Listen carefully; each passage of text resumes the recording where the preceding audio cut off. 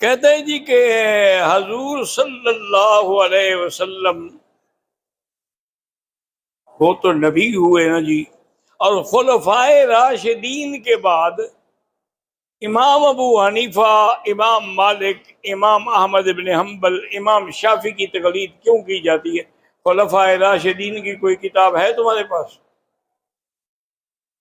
जब उनकी कोई किताब ही नहीं है तो किस चीज को पढ़ के इक्तदा करोगे? ये तो इन अइम्मा का कमाल है ना कि उनने कुरान और हदीस से मसाइल को इस्तेंबात किया, मसाइल को जमा किया और उनको एक किताब में लिख दिया, जिसकी वजह से आज तक क़यामत तक अगर मसाइल देखे जाते हैं तो उनकी किताबों में देखे जाते हैं। तो इसलिए ये बिल्कुल सही रास्ता है कि हम अइम्मा की, और अइम्मा ने कहाँ से लिया? हजूर से और खुलफाए राशिदीन से। उम्रे के दौरान हजर असवद को बोसा दे अगर कोई, भाई बोसा दे, लेकिन अगर अतर लग गया तो दम है, नहीं लगा तो कोई दम नहीं। वो तो इसलिए मना किया जाता है कि हर वक्त उस पर अतर लगाया जाता है, तो ऐसा ना हो कि तुम्हें अतर लग जाए और दम पड़ जाए। ऐसे बेहतर है कि उम्रे के दबाव में बोसा न दो, इशारा करो।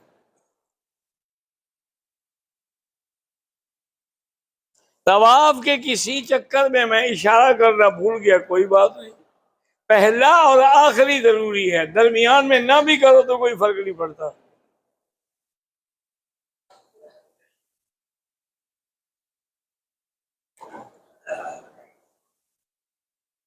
मेरी बहन की एक दोस्त पर कुछ जिन आशिक हैं जिसने बड़ा परेशान कर रखा है। मेरी बेटी उसको कहें कि टेलीफोन में सूरत अल बकरा फीड कर ले और उसके बाद उसके हेडफोन दोनों कानों में लगाकर वो सूरत अल बकरा सुनना शुरू करे। जरूरी नहीं है कि सारी एक दफा सुन ले, तीसरा हिस्सा सुन ले, चौथा सुन ले, फिर कुछ देर के बाद फिर शाम को, रात, यानी दिन में सूरत अल बकरा खत्म हो जाए। तो इंशाअल्लाह जब अल्लाह का कुरान जो है वो उसके अंदर जाएगा तो जिन शैतान सब भाग जाएंगे।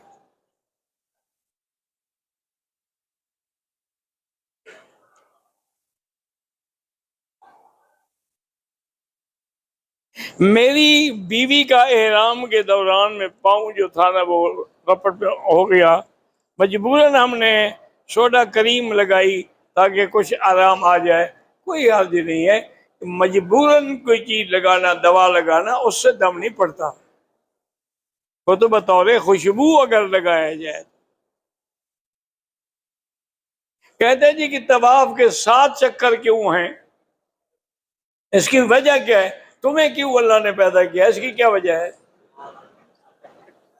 नहीं, तुम जो पैदा हुए हो, तुम्हारे पैदा होने की क्या वजह? तुम अपनी वजह बताओ, ये मैं बताता हूँ। अल्लाह के बंदे हर बात में अगर पूछोगे कि जी मगरिब की 3 रकात क्यों हैं और इशा की 4 क्यों हैं, इसकी क्या वजह है? ये कोई बात है? अल्लाह का हुक्म है, अल्लाह के नबी ने 7 चक्कर किए, हमारे लिए 7 चक्कर सुन्नत है। अब एक एक बात तो हम नहीं पूछेंगे ना। बहरहाल बाद उलमा ने तुम्हारे जैसे लोगों को जवाब देने के लिए बताया है कि 7 जमीनें हैं, 7 आसमान हैं, 7 जहन्नम के दरवाजे हैं। तो जब आदमी चक्कर लगाता है तो हर चक्कर में उसे एतराफ करना होता है कि अल्लाह के सिवा कोई नहीं है, तो उस पर अल्लाह जहन्नम के दरवाजे बंद कर देंगे और अल्लाह तबारक व तआला उसको जन्नत नसीब फरमाएंगे। एक वक्त में हम 2 इमामों की तकलीद कर सकते। जब तुम इतने बड़े आलिम हो कि दोनों इमामों की फिका देख ली है, तुम्हें तकलीद की जरूरत क्या है? तुम क्यों तकलीद करो? तकलीद तो वो करता है ना जो जाहिल हो, जिसको पता ना हो मसले का। तुम तो दोनों इमामों को जानते हो माशाल्लाह, हालांकि इसको नाम भी नहीं आता होगा इमामों का।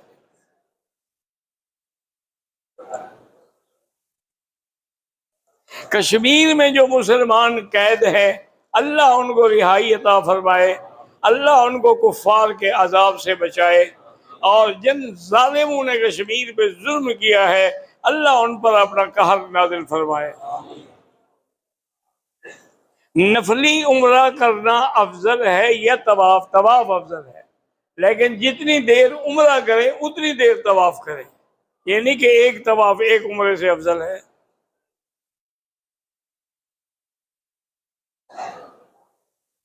कहते जी आपसे पहले आपके वालिद दर्स देते थे, उनके बाद आप दे रहे हैं, तो अब आपके बाद कोई आपकी औलाद में अल्लाह पाक चाहे तो कादिर है कोई पैदा हो जाएगा इंशाअल्लाह। कहते जी कि नमाज में और जिक्र में लज्जत आए, हमें लज्जत के लिए नहीं हुक्म दिया गया, हमें हुक्म दिया गया है तामील हुक्म हमने करनी है, उसके बाद वो लज्जत खुद ब खुद पैदा हो जाती है। बहरहाल अगर तुम उस मकाम को हासिल करना चाहते हो, किसी अल्लाह वाले की सोबत इख्तियार करो और तन्हाई में बैठ के गौर व फिक्र के साथ अल्लाह का जिक्र करो।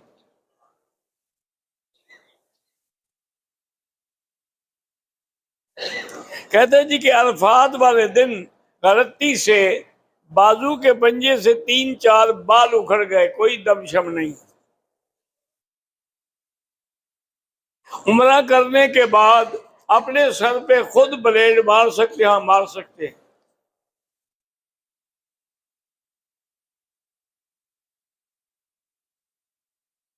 एजाज भाई ने उम्रा किया, 1 नंबर मशीन लगाई, 2 दिन के बाद फिर उम्रा किया तो 5 नंबर मशीन। मुझे क्या पता 5 नंबर क्या है और 1 नंबर क्या है। अगर बाल थे तो ठीक है, तो अगर वो पहले 1 नंबर में ही खत्म हो गए तो फिर किस चीज की मशीन लगाते रहे? क्या मतलब है कि बाल नहीं थे? नहीं थे और हमसे मशीन फेरते रहे तो दम पड़ गई।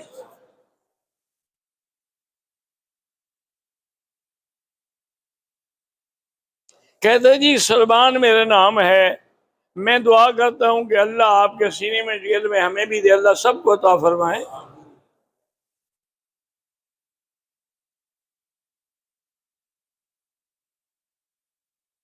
मेरी 5 लड़कियां हैं और 1 बेटा है। इंसाफ में कुछ ऊंच नीच हो जाए तो फिर उनसे माफ करा लिया करें, वरना पकड़े जाओगे। अदल करें।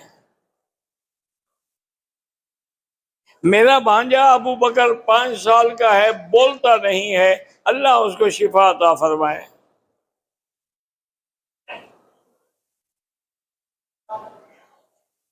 मेरा भाई है, उसको पढ़ने का शौक नहीं है, मोबाइल का बड़ा शौक है। उसके लिए ये है कि 2 रकात नमाज पढ़ के उसके बाद 1 तस्बीह सूरत इखलास पढ़ के अल्लाह से दुआ मांगो कि अल्लाह इसको हिदायत के रास्ते पे चला, इंशाअल्लाह ठीक हो जाएगा।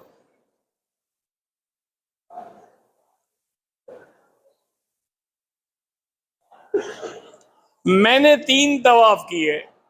मुझे चूंकि 2-2 रकात करके 6 रकात पढ़नी थी, मेरी तबीयत खराब हो गई, मैं होटल आ गया। 2 दिन के बाद फिर आया तो मैंने 2-2 रकात सबकी पढ़ी। ठीक है, कोई बात नहीं। मज़ीद अच्छी वीडियो देखने के लिए मक्की साहब के चैनल को सब्सक्राइब करें। शुक्रिया। कहते हैं जी कि मैं वजू करने के लिए वजू खानों में गया तो उनमें झाग की तरह कोई साबुन था जिससे मैंने हाथ धो लिए। अगर खुशबू नहीं थी तो कोई बात नहीं, अगर खुशबू थी तो फिर 2-4 रियाल खैरात करो।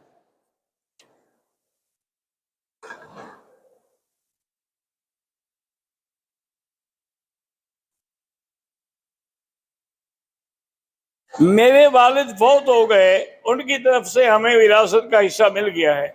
वालदा जिंदा है तो वालदा की ज़मीन से हमारा हिस्सा नहीं बनता, लेकिन मेरे शौहर मुझे इसरार करते हैं और तंग करते हैं कि वालदा की ज़मीन से हिस्सा लूँ। कैसे लें? जो चीज़ शरीयत में हो, अपनी बीवी से कहो कि किसी मदरसे में जाके मुफ्ती से फतवा लिखवाए। मुफ्ती क्या लिखता है? अगर मुफ्ती कहेगा कि हाँ मिलना है तो मिल जाएगा।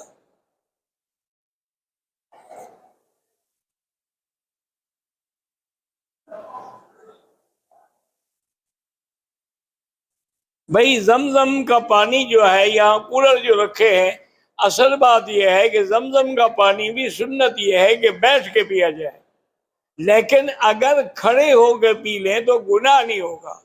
बाकी कोई पानी खड़े होके पिएंगे तो गुनाह होगा, वरना तो जमजम के लिए भी यही हुक्म है। हजूर खड़े हुए तो मजबूरी थी, कुआं था, नीचे बैठने की जगह ही नहीं थी।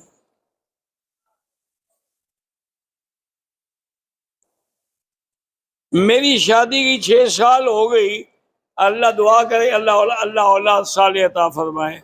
जिनकी भी औलाद नहीं है, अल्लाह सबको औलाद साले अता फरमाए।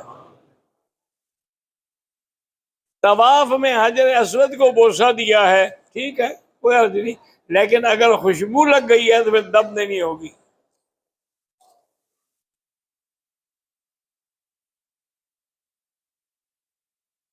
मेरे वालिद साहब आपको बहुत चाहते हैं, उनकी परेशानी है, अल्लाह उनको सब परेशानियों से निजात अता फरमाए।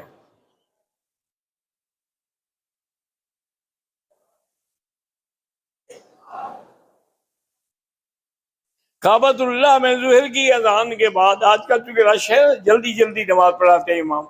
मुझे सुन्नत मुअक्कदा पढ़ने का मौका नहीं, मैं नमाज के बाद पढ़ लूं।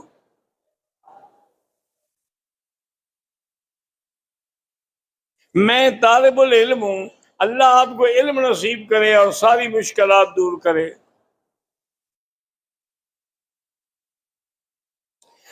दरूद शरीफ रोजाना कितना पढ़ा जाए, जितना अल्लाह तौफीक दे, जितना अल्लाह तबारक व तआला हिम्मत दे। ये तो हिम्मत पे होता है। हमारे शेख थे, मैंने अल्हम्दुलिल्लाह उनकी ज़ियारत भी की है। वो रोजाना 10 पारे कुरान शरीफ की तिलावत करते थे और 1 लाख दरूद पढ़ते थे। तो आप उन्होंने एक आदत बना ली तो पूरा भी हो जाता था। तुम नियत करोगे तो पूरा भी हो जाएगा। 3-4 तवाफ के चक्कर लगाकर हम आ जाएं, पहले दर्स सुने नहीं, फिर पहले तवाफ मुकम्मल करो फिर दर्स सुनो। एहराम की हालत में हतीम को मैंने हाथ लगाया, कुछ नहीं होता लेकिन नहीं लगाना चाहिए। हालत एहराम में मैंने टूथपेस्ट इस्तेमाल की, अगर उसमें खुशबू थी फिर तो दम पड़ गई, खुशबू नहीं थी, बतौर दवा था तो कोई हर्ज नहीं। मैंने कनकरियां तीनों दिन फजर की नमाज पढ़ के मार दी, दम पड़ गई।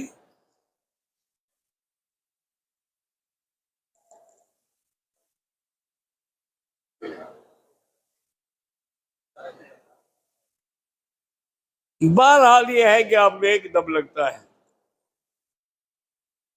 औलाद नरीना के लिए कोई खास वजीफा सूरत यूसुफ पढ़ के दुआ किया करे।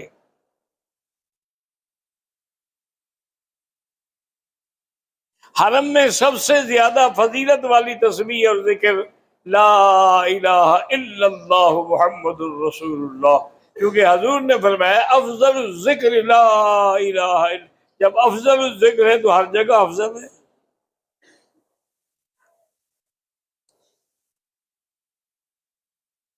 हज के 5 दिन जो है, नमाज हम कसर पढ़े या पूरी पढ़े, अगर मक्के का मुकीम है तो वो पूरी पढ़ेगा, बाकी तो सब कसर पढ़ेंगे।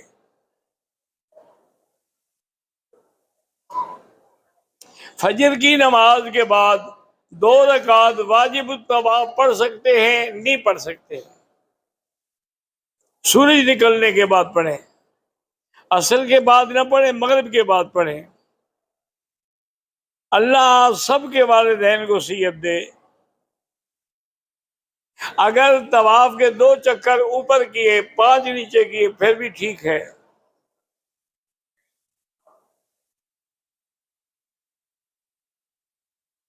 मोहम्मद शफीक की बेटी आमना ने 9वीं जमात के इम्तिहान दिया है, अल्लाह अच्छे नंबरों से कामयाब फरमाए। मोहम्मद इकबाल डोगर की बीवी बीमार है, अल्लाह सेहत दे। नमाज जनाजा के बाद दुआ मांगना बिदअत है। जनाजे में आप गालियां देते हैं, दुआ बाद में करेंगे। और जनाजा ही तो दुआ है ना, अल्लाहुम्मा इग़फिर लिहय्यिना व मय्यितिना व शाहिदिना व गायबिना व सगीरिना व कबीरिना व ज़करना व उनसाना, अल्लाहुम्मा लहयतु मिन्ना फ़ाइअ वल इस्लाम, अल्लाहुम्मा अंत फ़ैत मिन्ना व फ़ाउल ईमान, अल्लाहुम्मा ला तुज़िल्लना बअदहु, अल्लाहुम्मा ला तुफ़्तिना बअदहु, अल्लाहुम्मा ला तहरिमना अजर। ये क्या है? दुआ है, गालियां हैं?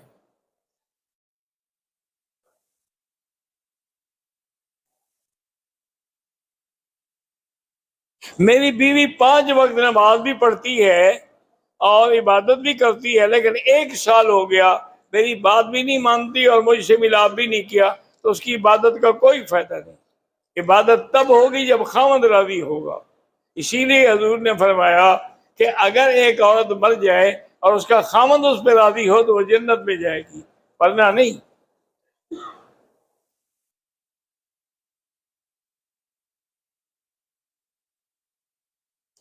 हमारे डॉक्टर शाहजाद को भी और बहुत मुसलमानों को हिंदुस्तान में नाहक कैद किया हुआ है, अल्लाह उनको रिहाई अता फरमाए। हम एक होटल में हैं, वहां हमें जमजम की बोतलें मिलती हैं, क्या हम साथ ले जाएं?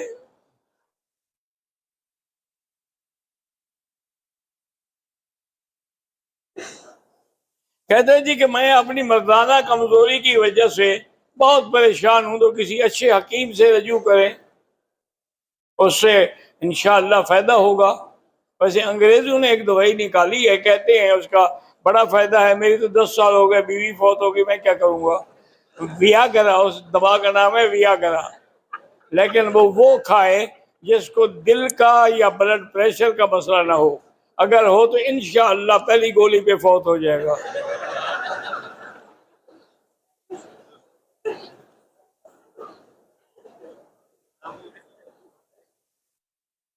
मैं जब दुआ मांगती हूं तो अपने बच्चों के लिए मांगती हूं, ठीक है, लेकिन सबके बच्चों के लिए मांगा करो।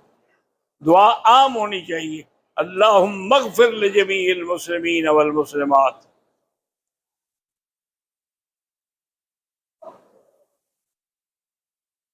मकरू औकात में कुरान का सजदा कर सकते हैं, सजदा मज़ीद अच्छी तिलावत। वीडियो देखने के लिए मक्की साहब के चैनल को सब्सक्राइब करें, शेयर करें, लाइक करें। शुक्रिया, जज़ाकल्लाह।